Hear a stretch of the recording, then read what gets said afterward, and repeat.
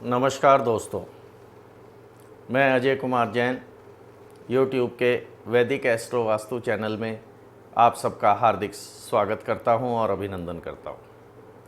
आप सबको मालूम है, हम भारतीय वैदिक परंपरा से घर बैठे बैठे वास्तु सीख रहे हैं। अभी तक 22 क्लासेस हम वास्तु की कर चुके हैं और जिसमें आपने वास्तु के कुछ गंभीर विषयों को और कुछ पारंपरिक वैदिक परंपरा में जो वास्तु के विषय का प्रावधानों का उल्लेख मिलता है उसके बारे में विस्तार से चर्चा की है। अब हम आगे बढ़ते हुए आज चर्चा करेंगे कि घर में या किसी भी भवन में सीढ़ियाँ यानी कि स्टेयरकेस जो जीना है वो किस दिशा में बनना चाहिए, वो कैसा होना चाहिए, उसमें कितनी सीढ़ियाँ होनी चाहिए, उन सीढ़ियों को कैसे गिनते हैं, इस सब के विषय में आज हम विस्तार से चर्चा करेंगे। दोस्तों, सीढ़ियों के विषय में सभी प्राचीन वास्तु ग्रंथों में हमारे वास्तु आचार्यों ने विस्तार से चर्चा की है। सभी आचार्य सीढ़ियों की विषम संख्या को लेकर एकमत हैं, अर्थात सीढ़ियाँ सम संख्या में कदापि नहीं होनी चाहिए। 2, 4, 6, 8, 10, 12 इसमें नहीं होनी चाहिए। सीढ़ियाँ हमेशा विषम संख्या में होनी चाहिए, 3, 5, 7, 9, 11। इसके विषय में भी उल्लेख है कि विषम संख्या में भी कुछ निषेध है और कुछ अपवाद रखे गए हैं।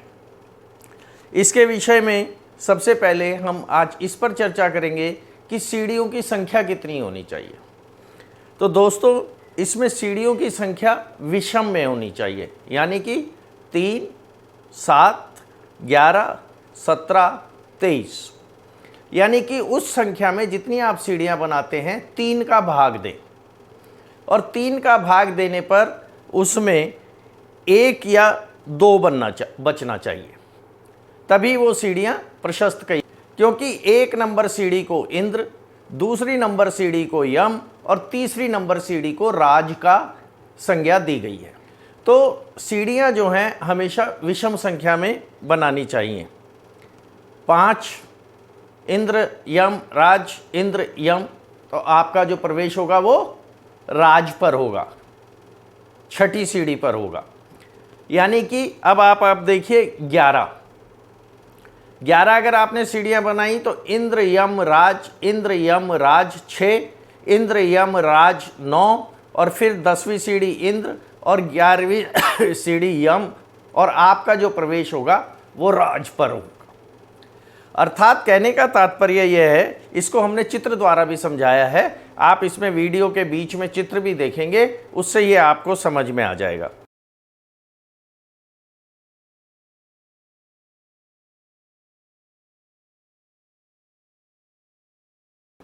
तो यदि सीढ़ियों की संख्या 5, 11, 17 और 23 होगी तो आपका प्रवेश हमेशा राज पर होगा। प्रवेश इंद्र पर भी हो सकता है, उसमें भी कोई संदेह नहीं है।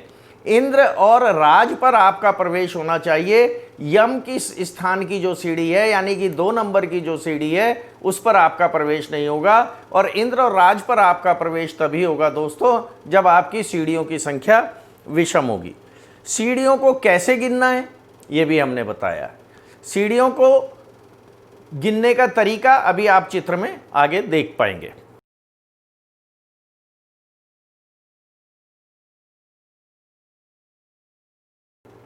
दूसरा आता है कि जिस सीढ़ियां गिननी कहाँ से हैं। सीढ़ियां फर्श से प्रारंभ होती हैं तो फर्श से नहीं लेनी, फर्श से ऊपर पांव उठाकर जहां आप रख रहे हैं वह पहली सीढ़ी गिनी जाती है। और अंतिम सीढ़ी जिस सीढ़ी से आप कमरे में या छत पर प्रवेश करते हैं, तो यानी कि अगर छत पर प्रवेश कर रहे हैं या कमरे में प्रवेश कर रहे हैं तो उस प्रवेश स्थान को सीढ़ी में नहीं गिनना है दोस्तों। तो इस प्रकार से सीढ़ी की गणना करनी है आपको, यह अभी आपको चित्र में अच्छी तरह से समझ में आ जाएगा।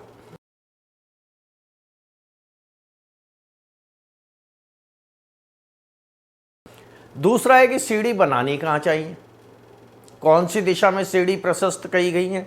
तो सीढ़ियां सदैव भवन के भूखंड के, यानी कि भूखंड के दक्षिण दिशा में, पश्चिम दिशा में या नैऋत्य कोण में, यानी कि पश्चिम दिशा से लेकर के और दक्षिण दिशा तक, यानी कि दक्षिण, दक्षिण पश्चिम और पश्चिम, इसके ये जो 3 दिशाएं हैं इनके बीच में ही आपको सीढ़ियां बनानी है। दक्षिण से प्रारंभ करते हुए दक्षिण पश्चिम की तरफ होते हुए और फिर पश्चिम तक आप सीढ़ियां बना सकते हैं। ये सीढ़ियां प्रशस्त कही गई हैं क्योंकि इन दोस्तों सीढ़ियों का वास्तव में जो स्थान है वो दक्षिण दिशा या दक्षिण पश्चिम दिशा या पश्चिम दिशा ही है। ईशान में अगर आपने गलती से भी सीढ़ियों का निर्माण कर दिया दोस्तों, तो उससे धन हानि होगी, व्यवसाय की हानि होगी तथा कर्ज में वृद्धि होगी, आपका कर्जा नहीं चुक पाएगा। ग्रह के अथवा भूखंड के मध्य स्थान में तो सीढ़ियां कदापि नहीं बनानी है। ये कुल दोष, सर्वनाश का कारण बताई गई हैं दोस्तों। अगर आपने ब्रह्म स्थान या मध्य स्थान में भूखंड के सीढ़ियां बना दी तो ये कुल दोष और सर्वनाश का कारण होती है दोस्तों। दूसरा, सीढ़ियों का क्या महत्व है दोस्तों? भवन में, किसी भी भवन में जो सीढ़ियां हैं, मैंने आपको पहले भी बताया था कि आपका मुख्य द्वार और सीढ़ियां ऊपर जहां छत पर खुलती हैं, वहां से आपके भवन के, घर के जो आंतरिक आकाश है उसका मिलन बाहर के बाह्य आकाश से होता है। तो ये ऊर्जा का आदान प्रदान है, ऊर्जा का मिलन है, मिलन स्थान है। इसलिए आपके घर का प्रवेश द्वार भी बहुत महत्वपूर्ण स्थान रखता है और आपका छत पर सीढ़ियों का जो दरवाजा है, क्योंकि उससे बाह्य आकाश आपके भवन के आंतरिक आकाश से मिलन होता है, उसका संगम होता है दोस्तों। तो एक बात और जरूर ध्यान में रखनी है दोस्तों कि सीढ़ियों के ऊपर ममटी जरूर बनानी है। सीढ़ियों के ऊपर छत खाली नहीं रहनी चाहिए। ऐसा नहीं है सीढ़ियां गई और ऊपर छत गई, उसके ऊपर ममटी बनानी है, उसमें दरवाजा भी जरूर लगाना है आपको। ये भी हमने चित्र द्वारा आपको इस वीडियो में समझाया है। आप देखिए किस प्रकार से ममटी बनानी है, किस प्रकार से ममटी का निर्माण कराना है, किस प्रकार से उसमें दरवाजा भी लगाना है, गेट भी लगाना है दोस्तों, उसके ऊपर छत भी डालनी है।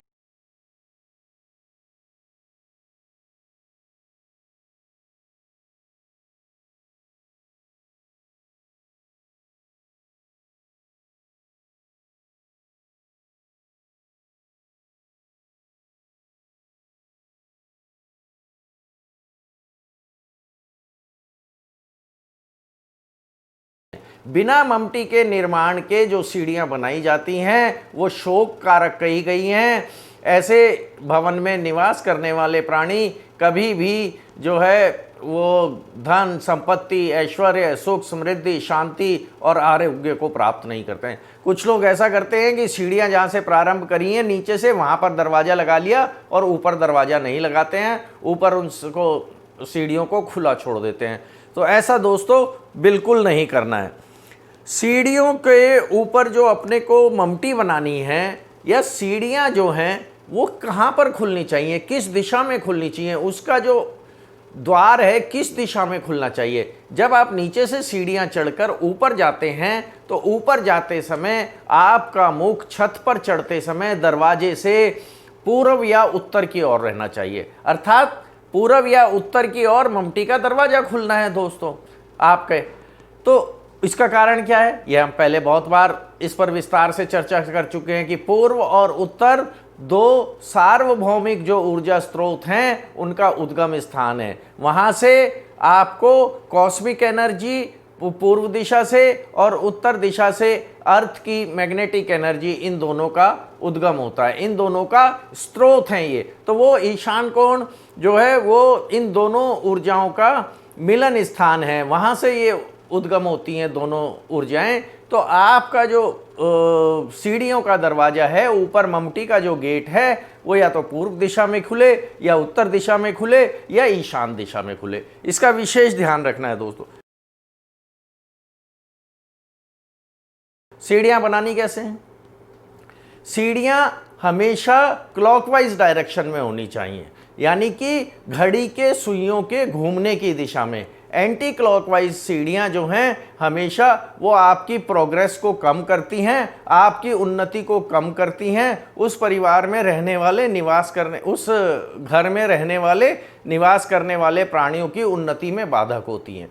तो हमेशा आपको क्लॉकवाइज सीढ़ियाँ बनानी है। ये भी हमने चित्र द्वारा आपको इस वीडियो में समझाया है कि कैसी सीढ़ियाँ क्लॉकवाइज और एंटी क्लॉकवाइज कौन सी सीढ़ियाँ होती हैं। कभी भी भूल कर भी हमें एंटी क्लॉकवाइज सीढ़ियाँ नहीं बनानी है, हमें हमेशा क्लॉकवाइज सीढ़ियाँ ही बनानी है। तो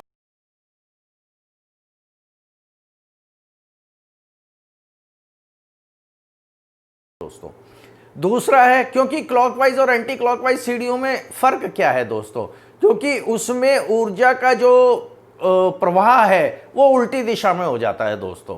तो इस तरह से हमें जो है वो हमारी उन्नति को बाधा में बदल देता है, हमारी उन्नति में व्यवधान पैदा करता है, विघ्न पैदा करता है। इसलिए सीढ़ियां हमेशा क्लॉकवाइज डायरेक्शन में ही बनानी है दोस्तों। दूसरा हमने ये कहा था कि सीढ़ियों का जो ममटी है वो भी, उसका जो गेट है वो पूर्व या उत्तर दिशा में ऊपर जाकर के खुलना चाहिए। सीढ़ियों के नीचे क्या बनाना है और क्या नहीं बनाना दोस्तों। सीढ़ियों के नीचे कभी भी पूजा घर, रसोई और व्यापारिक गतिविधियां नहीं करनी है दोस्तों। ये हमेशा जो है आपकी उन्नति को प्रभावित करेंगी। अगर आप सीढ़ियों के नीचे रसोई घर बनाएंगे तो घर परिवार के सदस्य सदा पाचन क्रिया की रोग से ग्रस्त रहेंगे। इसलिए किसी भी दृष्टि से सीढ़ियों के नीचे रसोई घर, पूजा घर या आपके बैठने का स्थान, जहाँ पर बैठकर आप कुछ भी व्यापारिक गतिविधि करते हैं या कोई भी कार्य करते हैं, ऐसा कोई स्थान नहीं बनाना है दोस्तों। वो सीढ़ियों के नीचे आप जो है स्टोरेज, सीढ़ियों के नीचे आप स्टोर घर बना सकते हैं। अगर आप दक्षिण और दक्षिण पश्चिम और पश्चिम में सीढ़ियां बना रहे हैं तो उसके नीचे आप आराम से स्टोरेज बना सकते हैं, स्टोर घर बना सकते हैं दोस्तों। हमेशा क्लॉकवाइज सीढ़ियां बनानी है, और अगर आपने एंटी क्लॉकवाइज सीढ़ी बनाई तो जन और धन दोनों की हानि होती है उससे दोस्तों। एक और जो सबसे बड़ी बात मैं आपको यहाँ पर कहना चाहता हूँ, गोल और चक्राकार सीढ़ियाँ, सर्पाकार सीढ़ी भी कहते हैं इनको। ये गोल, चक्राकार और सर्पाकार सीढ़ियाँ भी बिल्कुल नहीं बनानी है दोस्तों घर में। और अगर आपने ये घर के मध्य स्थान में बना दी तो करेला और नीम चढ़ा हो जाएगा दोस्तों, इसका बहुत ही अशुभ प्रभाव मिलेगा दोस्तों। इसलिए आपको चक्राकार, गोलाकार और सर्पाकार सीढ़ियां नहीं बनानी है। हमने ये चित्र द्वारा इस वीडियो में समझाया है आपको कि ये सीढ़ियां किस तरह की होती हैं, किस तरह से दिखती हैं, गोलाकार, सर्पाकार और चक्राकार सीढ़ियां। तो गोलाकार, चक्राकार और सर्पाकार सीढ़ियां भी नहीं बनानी है दोस्तों।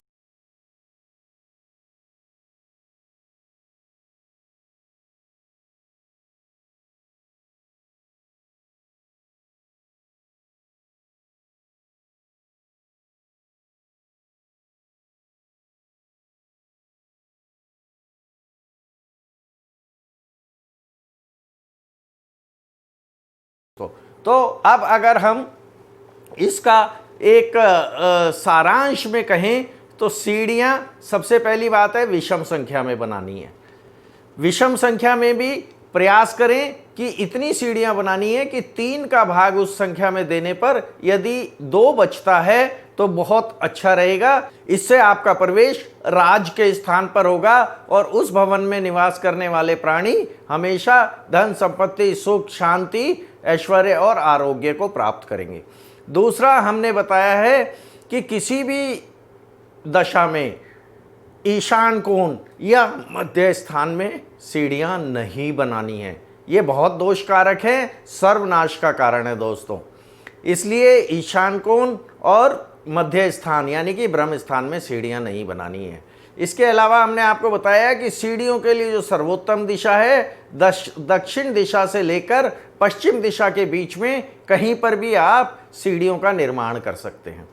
सीढ़ियों का निर्माण करने में सीढ़ियों के ऊपर ममटी रूम जिसको बोला जाता है वो जरूर बनाना है, उसके ऊपर छत भी डालनी है, उसमें दरवाजा भी लगाना है, गेट भी लगाना है, और उस गेट की जो ओपनिंग है वो पूर्व या उत्तर दिशा में होनी चाहिए। यानी कि जब सीढ़ियां चढ़ करके आप जाएं और आप किसी कमरे में प्रवेश करें या छत पर प्रवेश करें तो आपका मुख, आपका मुंह सदैव पूर्व या उत्तर दिशा में रहना चाहिए।